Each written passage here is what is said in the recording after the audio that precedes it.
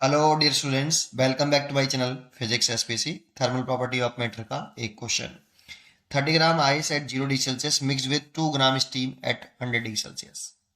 The final temperature of the mixture, है ना। तो सोल्यूशन 30 ग्राम आइस है एट 0 डिग्री सेल्सियस पर, इसे मिक्स कर रहे हैं 2 gram steam at 100 degree Celsius. तो देखो, इस पूरे को एक सिस्टम मानते हैं बेटा, और ये एज्यूम करके चलते हैं कि जो ये सिस्टम है ये बाहर से, दैट मीन सराउंडिंग से, कोई हीट एनर्जी ना एब्जर्व करेगा ना रिलीज करेगा।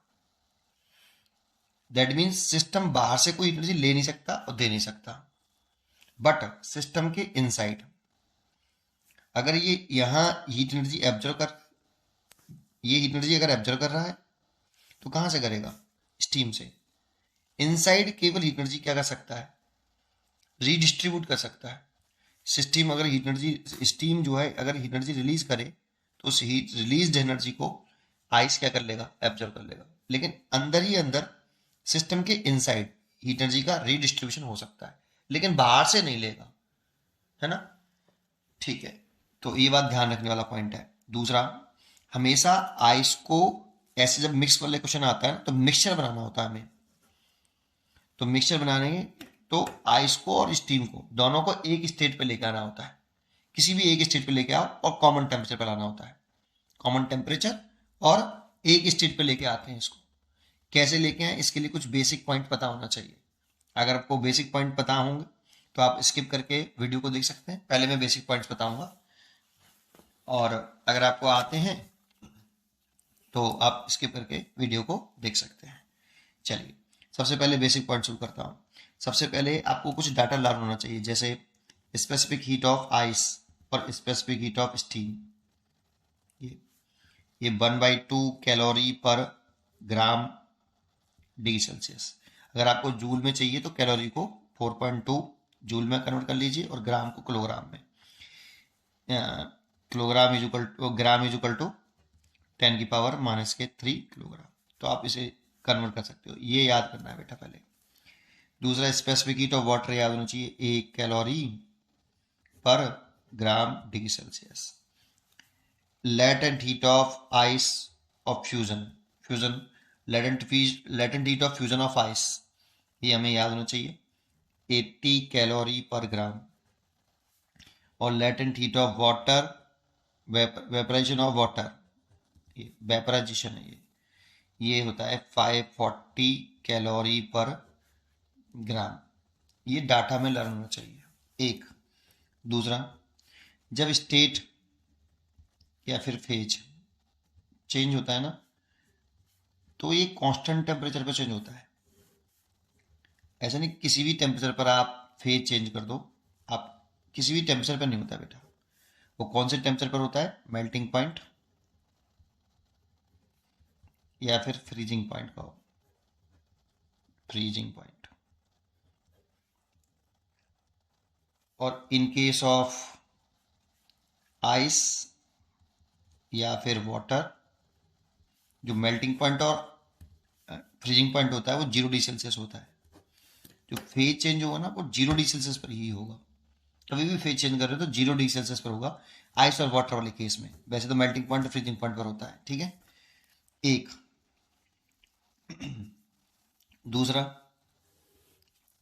अगर आपका बॉइलिंग पॉइंट है, टेम्परेचर कांस्टेंट है और बॉइलिंग पॉइंट है, बॉइलिंग पॉइंट भी एक कांस्टेंट टेम्परेचर होता है। और इन केस ऑफ वाटर, जो बॉइलिंग पॉइंट होता है वो होता है 100 डिग्री सेल्सियस। इसका क्या मतलब है? जैसे सॉलिड है वो लिक्विड में कन्वर्ट हो रहा है, तो सॉलिड लिक्विड में कन्वर्ट होगा तो या तो मेल्ट होगा ना, मेल्ट होगा तभी तो लिक्विड में कन्वर्ट होगा, तो मेल्टिंग पॉइंट पर होगा ये प्रोसेस। ये इस वाले पॉइंट पर होता है, मेल्टिंग पॉइंट पर, कांस्टेंट टेम्परेचर पर। इसमें ये हीट एनर्जी एब्जॉर्ब करता है बेटा, कितना? मास इनटू, ये एब्जॉर्ब करेगा हीट एनर्जी। कौन? सॉलिड लिक्विड में कन्वर्ट होने के लिए हीट एनर्जी एब्जॉर्ब करता है, mass into latent heat of fusion. लेकिन ये मेल्टिंग पॉइंट वाले प्रोसेस पर होता है बेटा।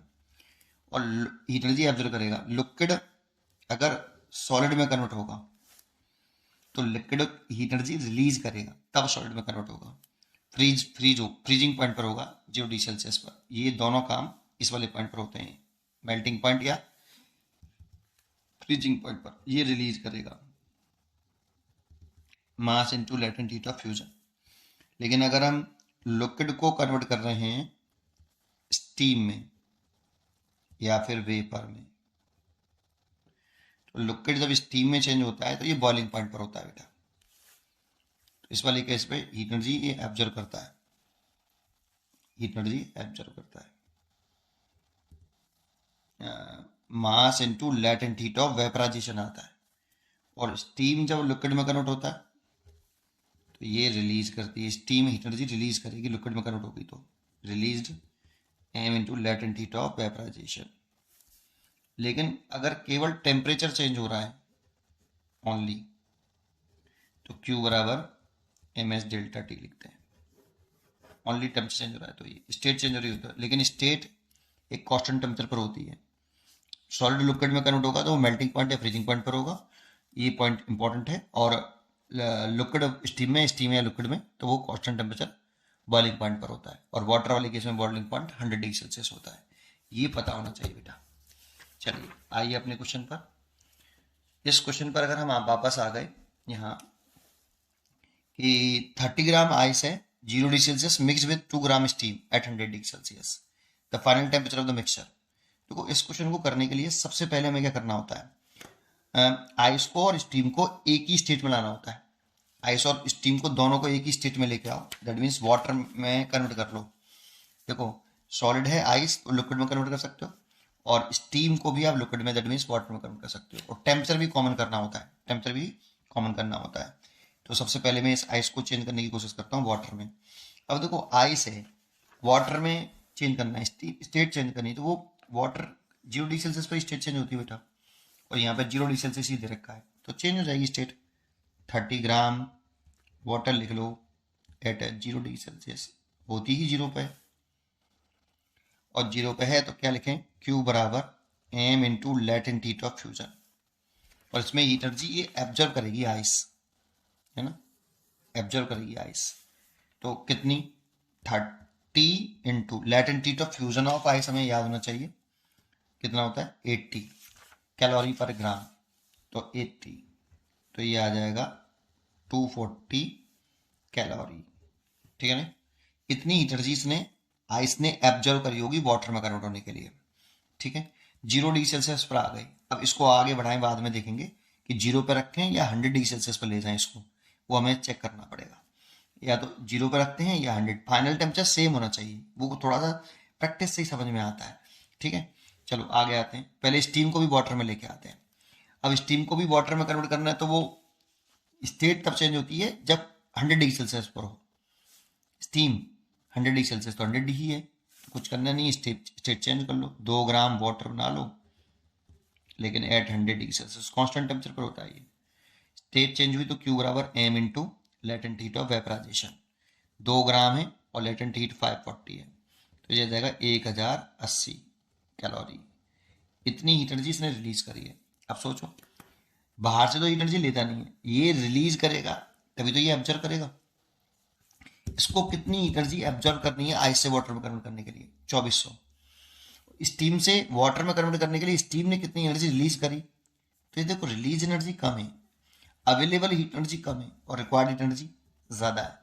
तो पूरी की पूरी अगर ये पूरी हीट एनर्जी इसको दे भी दे तो आइस पूरी की पूरी वाटर में कन्वर्ट नहीं होगी, कुछ पार्ट होगा आइस का बेटा वाटर में कन्वर्ट, 0 डिग्री सेल्सियस 0, लेकिन स्टेट सेम नहीं है बेटा। अभी सबसे पहले स्टेट सेम करिए बेटा।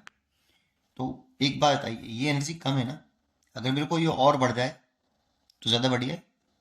देखो इसको बढ़ा के कोई फायदा नहीं, रिलीज एनर्जी बेटा ये रिलीज करेगा तभी तो कन्वर्ट होगा, तो इसको चेंज कर लो आप। 2 gram water at 0 degree Celsius, देखो आपने टेम्परेचर और डाउन कर दिया तो ये एनर्जी और रिलीज कर देगा। अब बच्चे सोचते हैं इसको क्यों नहीं बढ़ाया आपने 100 डिग्री सेल्सियस पर, इसीलिए नहीं बढ़ाया बेटा, यहाँ पर इसे कितनी हीट एनर्जी की रिक्वायरमेंट है, ये रिक्वायर्ड हीट एनर्जी है, चाहिए सो आइसो वाटर बनवाने के लिए 2400 2400 कैलोरी, जबकि इसने रिलीज कितनी करी है 1080। तो बेटा इतनी एनर्जी को अगर ये एब्जॉर्व कर भी लेगा, इसने रिलीज करी ये एब्जॉर्व करेगा, तो कंप्लीटली आइस वाटर में नहीं बदल सकता बेटा। तो इसको अगर और ले जाओगे आप तो एनर्जी और रिक्वायर्ड हो जाएगी, और रिलीज है ही नहीं, तो इसमें रिलीज करा लीजिए आप 2 ग्राम वाटर को 100 डिग्री सेल्सियस पे 0 डिग्री पे ले जाओगे तो और एनर्जी रिलीज होगी। कितनी रिलीज होगी, क्यू बराबर स्टेट चेंज नहीं हो रही है, केवल टेम्परेचर फॉल हो रहा है, तो टेम्परेचर फॉल होगा तो एनर्जी रिलीज करेगा, तो M S water into delta T. तो एम कितना 2, स्पेसिफिक हीट ऑफ वाटर 1, और डेल्टा टी कितना टेम्परेचर फॉल हुआ 100, तो कितना 200 कैलोरी। तो देखो अब देखो स्टेट यहाँ पे देखो और यहाँ पे देखो स्टेट सेम है, स्टेट भी सेम है और फाइनल टेम्परेचर भी सेम है, वाटर एट 0 डिग्री सेल्सियस और वाटर एट 0 डिग्री सेल्सियस। इसका मतलब मेरे पास अब कितना मिक्सचर में, जो मेरे पास मिक्सचर है उस पर मेरे पास कितना वाटर है 2 और 32 ग्राम वाटर है, और कितने टेम्परेचर पर है, फाइनल टेम्परेचर 0 डिग्री सेल्सियस है। अभी अभी आंसर नहीं है, अभी समझते हैं इसको आगे भी। यहाँ तक समझ में आया? अच्छा, अब इसने कितनी एनर्जी एब्जॉर्ब करी है बेटा, हमेशा स्टेट सेम बनानी होती है और टेम्परेचर भी कॉमन बनाना होता है। कितनी एनर्जी इसने एब्जॉर्ब करी है, इतनी, मतलब इतनी एनर्जी इसको रिक्वायर्ड हीट एनर्जी है बेटा, इतनी चाहिए क्या करने के लिए, आइस से वाटर में कन्वर्ट होने के लिए आइस को चाहिए इतनी एनर्जी। अगर वो आइस वाटर में कन्वर्ट होना चाहती है मेल्ट होके, तो इतनी एनर्जी वो एब्जॉर्ब कर लेगी, तब वो आइस वाटर में कन्वर्ट होगा, है ना। तो इतनी एनर्जी रिक्वायर्ड हीट एनर्जी है ये। और रिलीज कितनी करी है इसने बेटा, रिलीज्ड हीट एनर्जी कितनी 1080 और 200, तो 12,080 है ना, 12,080 कैलोरी इतनी एनर्जी रिलीज करी। दैट मीन्स जब ये रिलीज कर देगा तो इतनी एनर्जी हमारे पास अवेलेबल होगी, ये अवेलेबल हीट एनर्जी है। तो देखो बाहर से तो लेता ही नहीं ना, इसने रिलीज करी ये एब्जॉर्व करेगा, तो क्या इतनी एनर्जी को अगर इसने रिलीज कर दी, ये एब्जॉर्व कर ले आइस, तो क्या कंप्लीटली आइस वाटर में कन्वर्ट हो पाएगी, सोचो नहीं हो पाएगी बेटा। आइस को वाटर में कन्वर्ट होने के लिए 0 डिग्री सेल्सियस पाने के लिए इतनी एनर्जी की रिक्वायरमेंट है, और हम रिलीज करके दे कितने रहे हैं, अवेलेबल कितनी है हमारे पास 1280, तो कंप्लीटली आइस वाटर में कन्वर्ट नहीं हो पाएगी। इसका मतलब इस मिक्सचर में कुछ वाटर होगा और कुछ आइस होगी, कंप्लीटली कन्वर्ट नहीं हो सकता बेटा। तो फिर कितनी आइस होगी कितनी वाटर होगा, ये कैसे कैलकुलेट करें, तो बेटा कितनी हीट एनर्जी और रिक्वायरमेंट है वो निकाल लें, रिक्वायर्ड हीट एनर्जी 4, इसमें से इतनी हमें चाहिए थी लेकिन अवेलेबल इतनी ही है 1280 से सटर कर ले भी, तो कितनी एनर्जी और चाहिए आइसो वाटर में कन्वर्ट होने के लिए वो निकाल लेते हैं पहले हम। तो ये सटर करके आता है 1120 कैलोरी। अब देखो इतनी एनर्जी हमें चाहिए और रिक्वायर्ड है हमें एनर्जी की, लेकिन लाए कहाँ से, बाहर से तो मिलेगी नहीं हमें। तो इसका मतलब इतनी चाहिए थी आइस से वाटर में कन्वर्ट करने के लिए, और इतनी है नहीं हमारे पास, तो आइस क्या वाटर क्या हो जाएगा, कुछ पार्ट आइस में कन्वर्ट हो जाएगा बेटा, फ्रीज हो जाएगा कुछ। तो इतनी एनर्जी से कितना वाटर आइस में कन्वर्ट हो जाता है वो निकाल लेते हैं। क्यू बराबर मास 0 डिग्री सेल्सियस पर ही होता है बेटा, है ना, तो 0 पे ही होता है स्टेट। अब इस उल्टा चल रहा है बेटा, लिक्विड सॉलिड में कितना कन्वर्ट हो रहा है, लेकिन 0 डिग्री सेल्सियस होता है, ये भी ध्यान रखने वाला पॉइंट है। तो m इंटू कितना लेटेंट हीट ऑफ फ्यूजन, तो 1120 कैलोरी से कितना मास वाटर का फ्रीज होगा आइस में कन्वर्ट होगा, वो हम कैलकुलेट कर लेते हैं यहाँ से, into latent heat of fusion कितना 80, 0 से 0 कैंसिल कट गया, m इज इक्वल टू आ गया 112/8। अब इसके इसमें डिवाइड करते हैं तो ये 14 ग्राम आ जाता है। इसका मतलब इतनी आइस जो है इस मिक्सचर में, जो मिक्सचर होगा इसका 14 ग्राम तो आइस होगी उसमें, और 32 में से 14 ग्राम घटा दें तो 80 ग्राम वाटर होगा, और ये टेम्परेचर होगा 0 डिग्री सेल्सियस बेटा। टेम्परेचर में तो चेंज नहीं आया है ना, भाई ये सब कांस्टेंट टेम्परेचर भी तो हुआ 0 डिग्री सेल्सियस पर, टेम्परेचर तो नहीं रहेगा 0 डिग्री सेल्सियस, बस मिक्सचर ये होगा बेटा, उसमें कंप्लीटली वो वाटर नहीं होगा। इसीलिए इसका आंसर हो गया 0 डिग्री सेल्सियस। फाइनल टेम्परेचर पूछ रहा था, कंटेंट ऑफ मिक्सचर पूछता ना कि कितना वाटर होगा कितना आइस होगा तो क्या होगा मिक्सचर, तो वो हम बता सकते थे यहाँ पर, लेकिन पूछा नहीं बेटा यहाँ पे। उम्मीद करता हूँ कि ये क्वेश्चन जरूर समझ में आया होगा आपको।